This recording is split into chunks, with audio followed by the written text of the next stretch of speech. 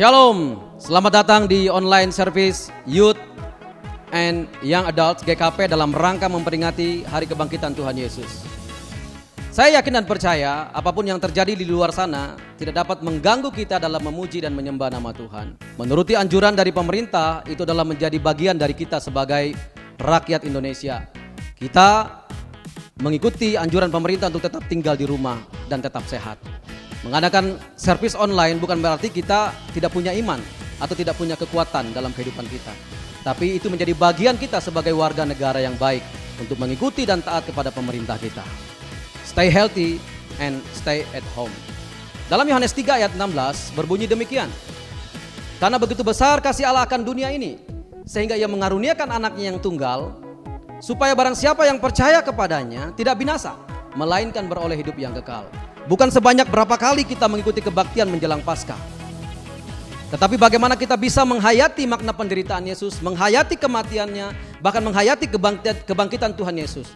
Bagaimana Paskah itu bisa berdampak bagi kita, bagi sesama, bahkan bagi pelayanan kita untuk Tuhan. Selamat merayakan Paskah dan selamat beribadah. Tuhan Yesus memberkati kita sekalian.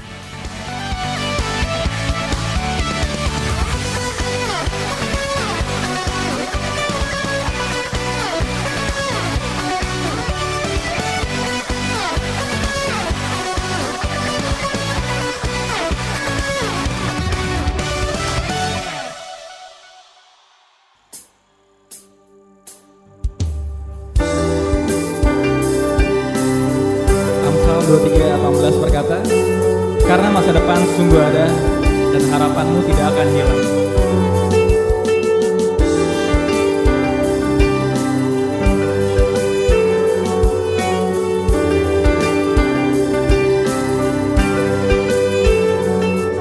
Di setiap langkahku, tanganmu menuntun jalanku, karena kau pelita hidupku, yang selalu bersinar dalamku.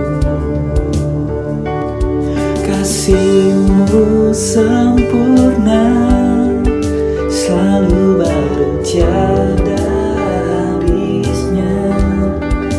Apapun cerita hidupku, janji-Mu tak kau tinggalkanku. Ku percaya Kau Tuhan atasku, serahkan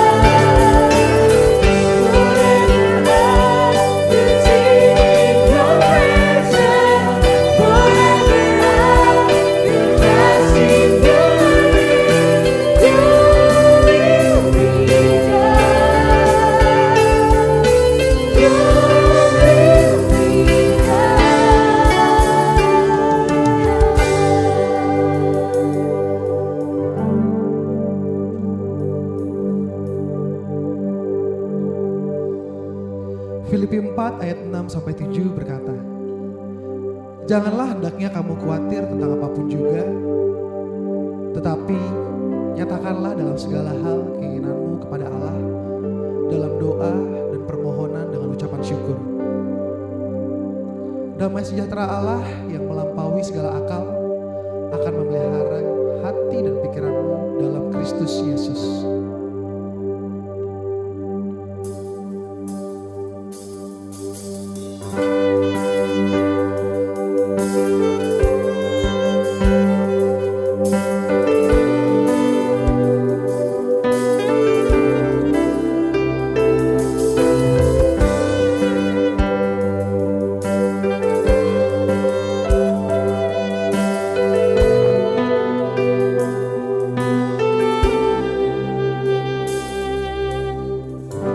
Banyak yang kau perbuat di dalam hidupku, rancangan indahmu terjadi di hidupku. Bapa yang mengerti segala yang ku perlu, kasih-Mu sempurna nyata dalam hidupku. Ku bersyukur Bapa, ku bersyukur Tuhan buat kasih setiamu di dalam hidupku. Ku bersyukur,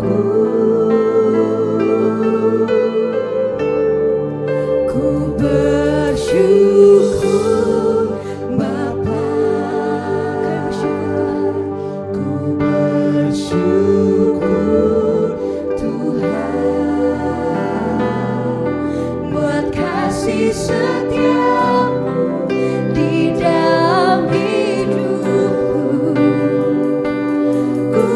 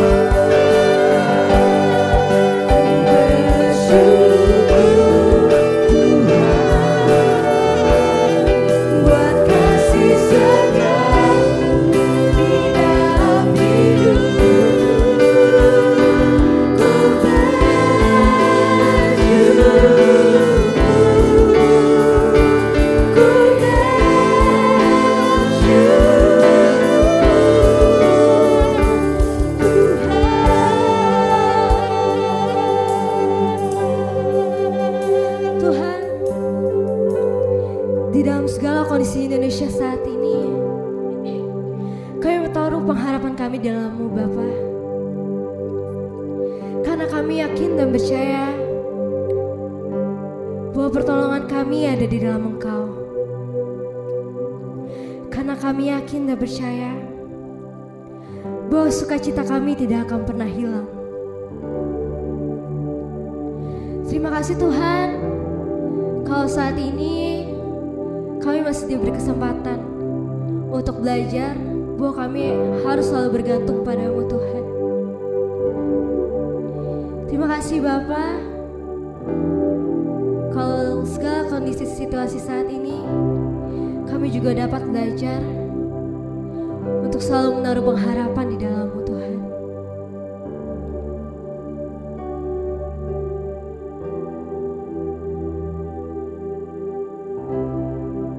Tak pernah gagal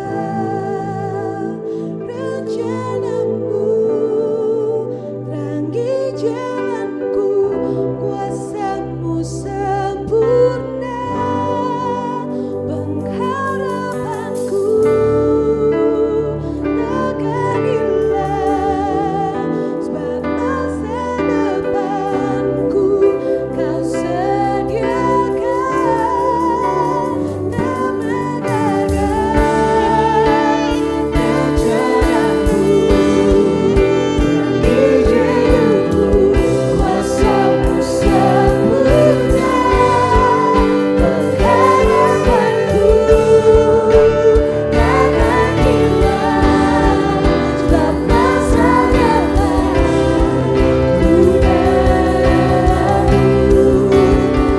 harapanku di dalam-Mu, hanya Kau Yesus Tuhanku. Ku percaya, ku amankan,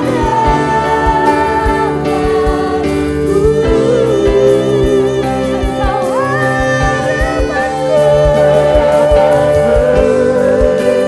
di dalam-Mu, hanya Kau Yesus Tuhanku.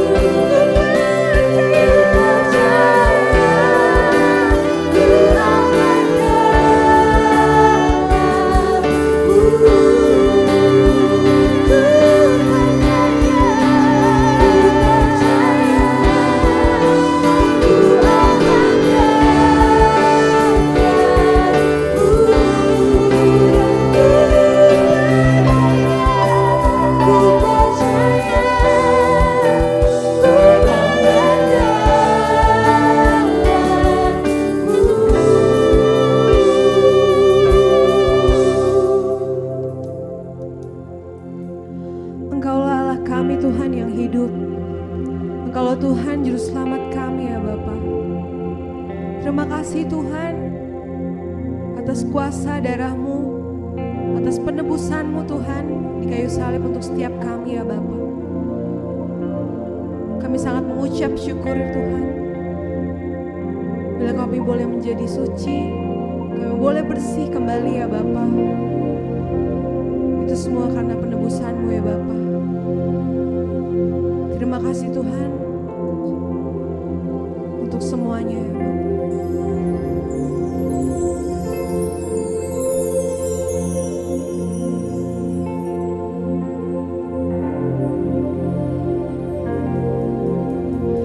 Worthy is the Lamb,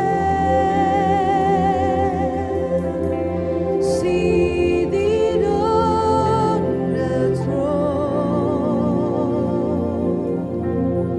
Crown you now with many crowns.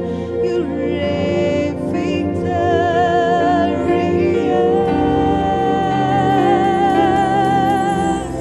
High and lifted up, Jesus, Son of God,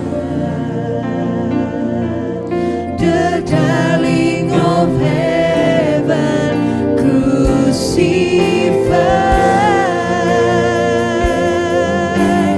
Worthy is the Lamb.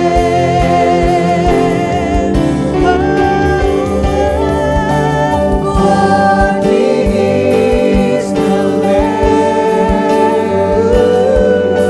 seated on the throne. Crown you now with many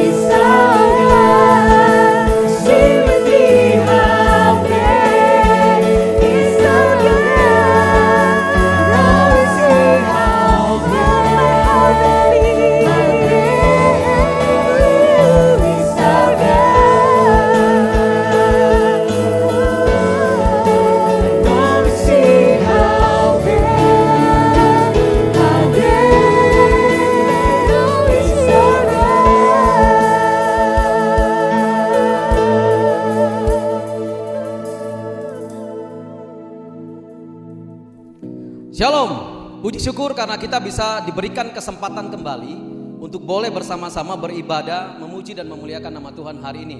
Bahkan kita diberikan kesempatan untuk boleh mendengarkan firman Tuhan.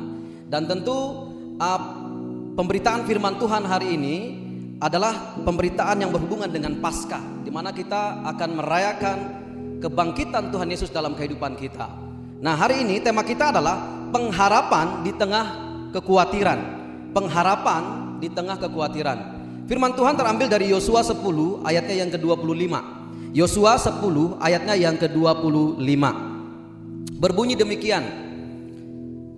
Lalu berkatalah Yosua kepada mereka, janganlah takut dan janganlah tawar hati.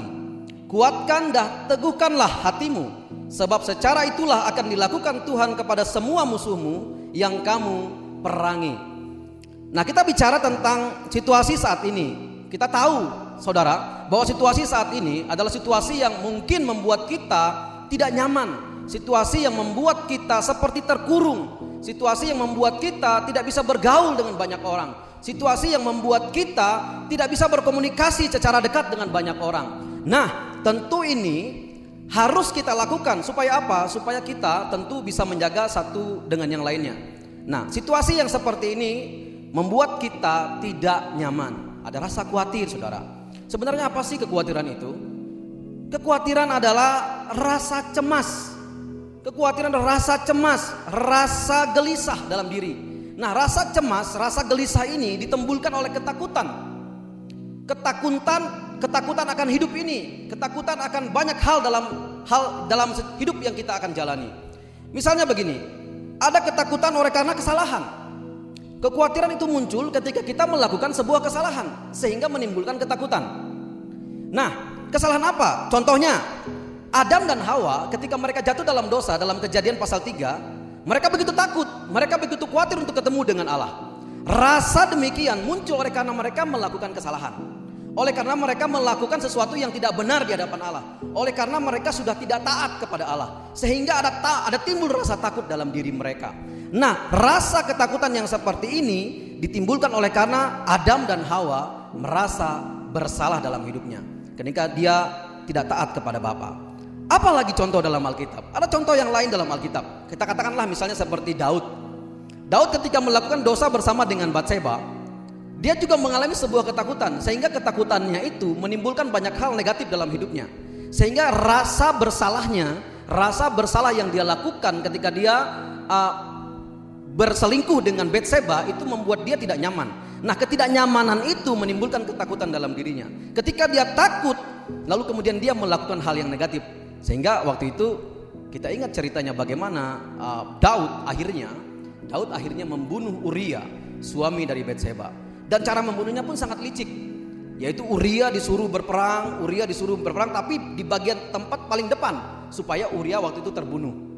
Nah, ketakutan yang demikian akhirnya membuat Daud melakukan sesuatu yang lebih negatif, lebih lagi jahat daripada yang sebelumnya mungkin dia lakukan. Sehingga dosa yang pertama menimbulkan dosa yang kedua dalam diri Daud. Nah, kejahatan yang demikian timbul oleh karena rasa takut, rasa cemas oleh karena kesalahan. Tadi kita mengingat bagaimana Adam dan Hawa juga melakukan hal yang sama, saudara. Nah, yang kedua, kekhawatiran itu menimbulkan ketakutan. Ketakutan akan apa? Ketakutan akan kebutuhan hidup. Kira-kira besok saya makan apa? Kira-kira besok ini kehidupan ekonomi seperti apa? Kira-kira saya besok mau bagaimana nih kehidupan saya bersama dengan keluarga? Itu muncul karena apa? Karena kebutuhan kita kemungkinan besar tidak terpenuhi. Nah, kita ingat cerita ini ketika bangsa Israel keluar dari tanah Mesir, lalu kemudian mereka mengeluh begitu banyak terhadap Musa. Lebih baik kami di Mesir.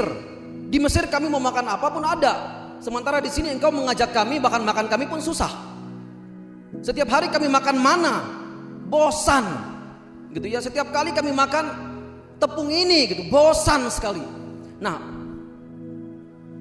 ketakutan yang demikian oleh karena merasa apa? Kebutuhan mereka tidak terpenuhi. Dan saya rasa secara manusiawi kita pun sama. Gitu ya, kita akan mengalami kekhawatiran, kecemasan tadi yang pertama oleh karena apa? Karena kita merasa bersalah. Kita lihat, kalau kita merasa bersalah, sulit sekali kita untuk jujur mengakuinya. Kenapa? Karena kita takut untuk tidak diterima oleh orang lain. Yang kedua, oleh karena kebutuhan. Coba kalau kita uang atau apa yang kita miliki saat ini udah sangat kritis sekali. Itu membuat kita khawatir, itu membuat kita takut untuk bisa memenuhi kebutuhan hidup kita. Nah, kekhawatiran yang ketiga adalah khawatir akan kematian. Nah, tentu saya yakinlah gitu ya.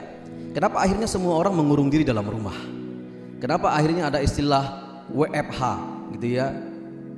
Harus bekerja di rumah. Kenapa orang harus akhirnya belajar di rumah? Kenapa orang akhirnya tidak boleh keluar? Kenapa akhirnya orang tidak boleh berjumpa untuk situasi saat ini? Kita bisa melihat. Coba situasi saat ini, kita untuk ketemu orang aja susah. Kenapa? Karena kita takut tertular dan lain sebagainya. Apakah itu salah? Tentu tidak. Untuk menjaga diri. Kenapa kita harus menjaga diri? Satu, mungkin kita dengan menjaga diri kita bisa menjaga kesehatan kita, lalu kemudian bisa menghindarkan kita dari sakit dan lain sebagainya.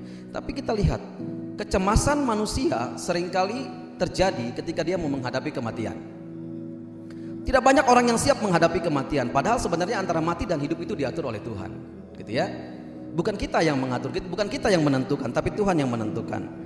Ada orang yang takut akan kematian, misalnya begini, kematian atau bahaya dalam hidupnya. Abraham, ketika dia bertemu dengan orang lain yang dianggapnya lebih berkuasa, ketika dia bersama-sama dengan istrinya dan takut istrinya ditaksir orang, lalu kemudian dia takut juga dibunuh, jangan sampai orang itu menyukai istri saya lalu kemudian saya dibunuh. Ketakutan yang demikian akhirnya membuat apa? Membuat Abraham berbohong. Dia katakan itu bukan istrinya tapi adiknya. Dia mengatakan bahwa itu bukan istriku, itu adikku. Sehingga itu membuat dosa dalam diri Abraham. Dia menolak untuk mengakui keberadaan istrinya sebagai istrinya, tapi mengatakan bahwa istrinya itu adalah adiknya. Kenapa dia takut? Karena dia takut mati. Dia takut dibunuh, dia takut disingkirkan, dan nanti orang akan merebut istrinya. Lalu yang kedua, ada Yosua. Yosua ketika dia memasuki tanah Kanaan, dia begitu gentar dalam hatinya. Dia takut. Kenapa? Karena dia adalah salah satu orang yang mengintai tanah Kanaan. Dia adalah salah satu orang yang mengintai tanah Kanaan. Dia tahu betul bagaimana situasi tanah Kanaan. Benar bahwa tanah Kanaan itu adalah tanah yang begitu subur, kaya akan susu dan madunya. Benar, itu tidak salah. Itu yang disampaikan mereka kepada Musa. Benar bahwa tanah Kanaan itu sangat luar biasa, mantap, subur tanahnya dan hebat keadaannya. Tapi kita lihat, mereka juga melaporkan bahwa yang berkuasa di tanah Kanaan itu bukan orang-orang biasa. Itu ada orang-orang keturunan enak, orang-orang yang memang raksasa, orang-orang besar dikatakan di sana. Sehingga Yosua tahu betul kalau mereka mau masuk ke tanah Kanaan, pasti mereka akan menghadapi orang-orang itu. Dan kekhawatiran dalam diri Yosua adalah ketika dia akan menghadapi orang-orang itu, dia merasa bahwa dia tidak mampu. Memang benar ada pernyataannya di bagian yang lain dalam Bilangan pasal 14. Yosua mengatakan bersama dengan Kaleb bahwa jika Tuhan menghendaki untuk menyerahkan tanah Kanaan itu kepada kita, maka Tuhan akan menyerahkannya. Itu adalah pernyataan iman dari Yosua dan Kaleb. Sehingga mungkin itu mengurangi kekhawatiran dalam diri mereka, ketakutan dalam diri Yosua secara khusus ketika dia ingin masuk ke dalam tanah perjanjian, yaitu tanah Kanaan. Nah, tapi itu ketakutan Yosua ditimbulkan oleh apa? Ditimbulkan oleh rasa takut mungkin menghadapi kematian atau tersingkir dalam dunia ini. Nah, yang berikutnya kita melihat sebuah kisah Tuhan Yesus. Mari kita kembali ke Taman Getsemani, gitu ya. Ketika Yesus berada di Taman Getsemani, dia bergumul saudara-saudara dalam proses menghadapi kematian. Dia begitu luar biasa pedih hatinya karena dia tahu bahwa kematian yang dia hadapi adalah kematian yang menimbulkan rasa sakit yang luar biasa yang akan terjadi dalam dirinya. Dia akan mengalami siksaan, dia akan mengalami sesahan, dia akan dicambuk, dia akan diludahi, ditampar, dipukul orang, dan dia tahu tentang hal itu. Nah, dia tahu persis bagaimana dia akan mati. Dia tahu persis bagaimana cara dia akan menghadapi sebuah kematian dalam hidupnya. Saya yakin bahwa kalau kita sebagai manusia dan kita tahu bagaimana kita akan mati, pasti kita akan menghindar, bahkan menghindari situasi itu.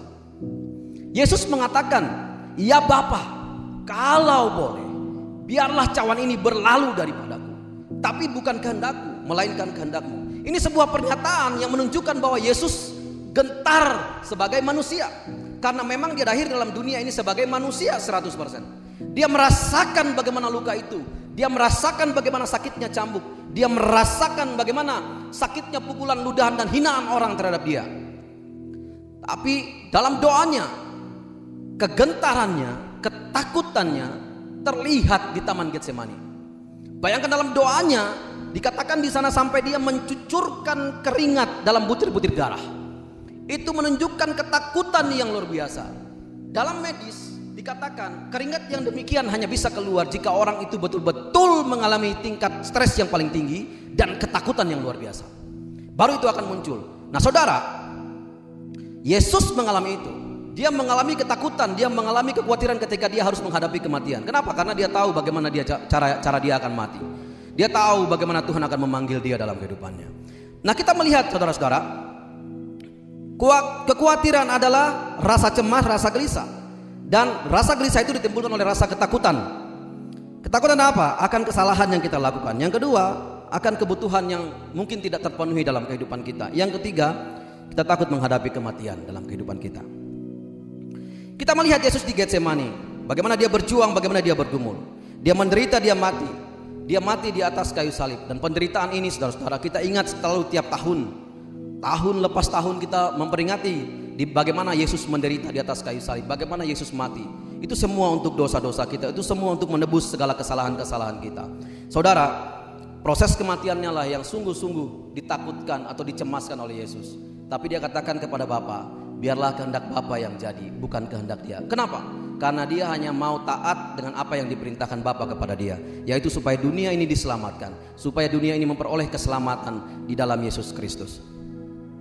Kebangkitan Yesus adalah sebuah pengharapan di tengah kekhawatiran akan jaminan hidup yang kekal, gitu ya. Saudara-saudara, kita tahu kita khawatir. Kita tahu bahwa COVID-19 itu bukan sesuatu yang biasa, gitu ya. Tidak mungkin kita katakan dia biasa sampai akhirnya kita harus streaming. Kan gak mungkin. Karena kita tahu dia berbahaya, makanya kita gunakan media ini sebagai alat, sehingga kita bisa bersyukur karena kita masih bisa mendengarkan firman Tuhan. Kita tahu bahwa COVID-19 itu sangat berbahaya, sehingga kita perlu menghindarinya. Supaya apa? Supaya apa? Bukan hanya untuk melindungi dirimu sendiri, tapi juga melindungi orang lain yang ada di sekitarmu, bahkan keluargamu. Siapa lagi yang akan kita harapkan? Kita berharap orang lain untuk memutusnya, tidak mungkin. Dimulailah dari kita. Nah, kita tahu bahwa kematian dalam tangan Tuhan, tapi Tuhan memberikan hikmat kepada kita untuk boleh menjaga hidup kita. Sampai pada waktunya nanti dia akan panggil kita dengan caranya. Entah dengan COVID-19, entah dengan terjatuh, entah dengan sakit yang lainnya, kita tidak tahu. Tapi kita bersyukur karena Yesus mati untuk kita, sehingga itu menjadi jaminan bagi kita. Dia bukan hanya mati, tapi dia juga bangkit. Nah, hari ini kita merayakan kebangkitan Tuhan Yesus. Itu adalah sebuah jaminan supaya kita memperoleh hidup yang kekal. Jadi suatu saat kalaupun kita dipanggil Tuhan, kita tahu kita berada di mana, saudara. Kalaupun kita dipanggil Tuhan dalam keadaan sakit COVID atau yang lainnya, atau penyakit yang lainnya, atau kecelakaan dan sebagainya, tapi kita tahu bahwa kita ada bersama-sama dengan Tuhan. Kenapa? Karena Yesus sudah mati untuk kita dan dia bangkit di antara orang mati. Nah, saya sangat senang gitu ya dengan istilah orang Rusia dalam istilah kebangkitan itu gitu ya. Kira-kira kata-katanya begini. Isus was kres. Isus was kres. Wa istina was kres. Isus was kres. Wa istina was kres. Nah, kalau orang Rusia kalau merayakan kebangkitan Tuhan Yesus, dia akan ketemu dengan orang begini. Hey, Yesus was kres. Lalu yang sana nyaut, wa istina was kres. Dia ketemu lagi yang satu, wey, Yesus was kres. Yang lain nyaut, wa istina was kres. Artinya apa? Hey, Yesus sudah bangkit. Dia akan nyaut begini, betul Yesus sudah bangkit. Jadi kebangkitan Yesus itu adalah sebuah kebenaran. Itu bukan sebuah cerita, tapi itu adalah sebuah kebenaran. Oleh karena Yesus bangkit, maka kita hidup. Nah, kalau Yesus tidak bangkit, kita tidak hidup. Ceritanya belum selesai. Yesus lahir, mati, menderita, lalu kemudian dibangkitkan dari antara orang mati. Disitulah penyelesaian tugas Yesus. Sampai akhirnya dia terangkat ke sorga. Ada satu janji bahwa dia akan datang kembali ke dalam dunia ini. Kapan? Tidak ada seorang pun yang tahu. Tidak ada seorang pun yang tahu. Nah, saudara-saudara, kita melihat, kita bersyukur karena kita memiliki jaminan yang jelas di dalam Yesus Kristus, yaitu jaminan hidup yang kekal. Dan kita tahu bersama bahwa saat ini situasi membuat kita hampir tidak dapat melakukan banyak hal. Hampir semuanya kita kerjakan di rumah. Bosan sudah pasti, gitu ya. Kita mulai merindukan yang namanya bertemu dengan teman-teman yang lain ya, saudara-saudara ya. Dan kita tahu bahwa situasi ini membuat kita terkurung. Terkurung oleh apa? Terkurung oleh situasi. Yang kita kerjakan di rumah tuh ya paling seputaran apa? Dapur gitu ya. Ya teman-teman yang ke dapur, nanti masuk kamar, buka kulkas, gitu makan. Terus sambil kerja, nanti ke dapur lagi, sesuatu ada mesin makan dimakan lagi. Ntar buka kulkas, ada apa lagi dimakan lagi. Terus kerja sedikit, yang bagi yang kerja, yang sekolah ngerjain tugas dari sekolah. Kerjaan begitu-begitu terus, bolak-balik, makan tidur, makan tidur, makan tidur, makan tidur. Seperti kita tidak bisa mengerjakan sesuatu yang memang kita tidak bisa mengerjakan sesuatu.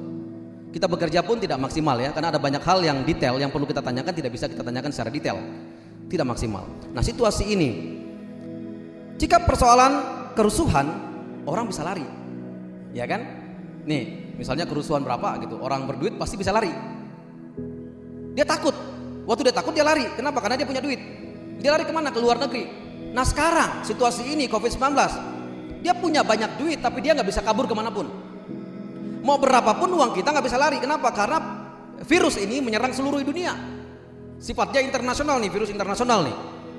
Jadi kita nggak bisa, meskipun kita punya banyak uang, kita tidak bisa mengatur situasi ini. Saya katakan tadi, kalau mungkin ada situasi kerusuhan dan lain sebagainya, orang yang punya banyak duit dia terbang ke luar negeri, dia rasa aman sebagainya. Kecuali Ronaldo ya, Ronaldo nih karena dia punya banyak duit, dia beli pulau ya, dia beli pulau untuk mengurung keluarganya di pulau itu dan tidak boleh ada yang satu orang pun yang masuk. Jadi dia beli khusus pulau itu supaya memang tidak ada terkonta dengan orang lain, gitu ya. Sehingga dia sendiri yang ada di sana bersama dengan keluarganya. Ya, virus bisa datang ke sana ya, bisa aja kali gitu ya, dari binatang dan lain sebagainya ya. Kita nggak tahu juga, gitu ya kan. Tapi ya itu adalah upaya Ronaldo karena mungkin dia punya uang banyak sekali, gitu. Uang punya banyak sekali, jadi dia beli pulau dan orang lain mungkin tidak menyentuhnya di sana. Nah, mari kita mengingat betapa Yesus telah mengorbankan dirinya untuk kita. Saudara, di tengah situasi yang sulit seperti ini, Yesus adalah harapan satu-satunya. Kita tahu kita tidak bisa menghindari kematian. Kita tahu bahwa kita tidak bisa terhindar dengan apapun. Tapi kita tahu, kalaupun kita harus dipanggil Tuhan, kalaupun kita harus pergi, kita tahu bahwa Tuhan Yesus adalah pengharapan buat kita. Di tengah situasi yang sulit seperti ini, jangan lupa kita masih punya Tuhan Yesus sebagai satu-satunya pengharapan kita. Kita datang kepada Dia, kita serahkan semua yang menjadi persoalan hidup kita, termasuk virus ini. Nah, cara kita bagaimana? Selain kita memiliki relasi dengan Tuhan, tentu kita harus mendengarkan apa yang menjadi keputusan dan perintah dari pemerintah. Jaga jarak, gitu ya, hindari pertemuan-pertemuan ramai. Supaya apa? Supaya kita memutus virus COVID-19 ini. Percayalah bahwa segala sesuatu indah pada waktunya, dan Tuhan akan menolong kita, Tuhan akan melepaskan kita dari virus ini. Biarlah kiranya di momen kebangkitan Tuhan Yesus ini, iman kita juga terus dibangkitkan, terus bertumbuh di dalam Tuhan. Biarlah kiranya kasih Tuhan terus kita rasakan, sehingga kasih kita itu bisa kita wujudkan dalam setiap kehidupan kita hari lepas hari. Biarlah kiranya firman Tuhan hari ini memberkati dan menyertai kita sekalian. Tuhan Yesus memberkati kita. Selamat Paskah rekan-rekan semua dimanapun kamu berada, yang pastinya lagi di rumah aja. Kiranya sukacita akan kebangkitan Tuhan kita Yesus Kristus boleh menjadi kekuatan untuk kita di tengah menghadapi kondisi Indonesia yang sekarang ini. Bersama-sama kita akan puji nama Tuhan. Iblis dikalahkan, kuasanya dihancurkan oleh darah anak domba.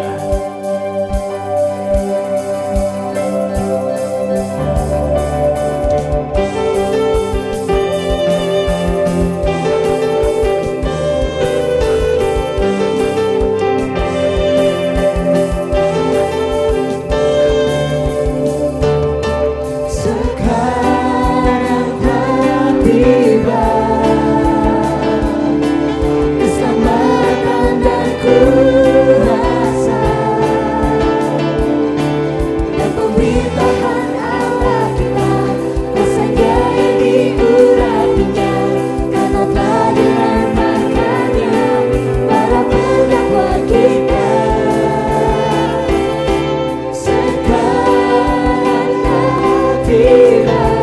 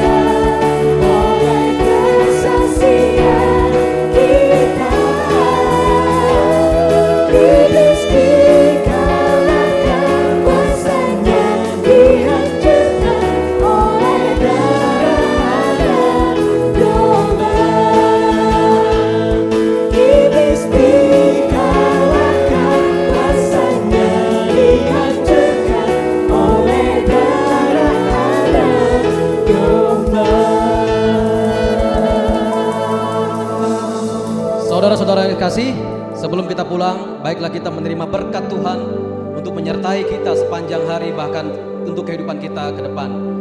Kita berdoa bersama-sama, kiranya Tuhan Yesus menyertai kita, menolong kita dalam setiap kehidupan kita, selalu ada bersama-sama dengan kita, selalu menyertai setiap kehidupan kita dimanapun kita melangkah, menolong keluarga kita, melindungi keluarga kita, bahkan di setiap hal yang kita kerjakan. Biarlah kiranya Tuhan Yesus ada bersama-sama dengan kita, sehingga kekuatan dari Tuhan Yesuslah yang mampu melindungi kita dan menjagai kita. Kasih karunia dari Allah Bapa, Roh Kudus, dan Anak Putra Roh Kudus Yesus Kristus menyertai kita sekalian dari saat ini sampai selama-lamanya. Amin.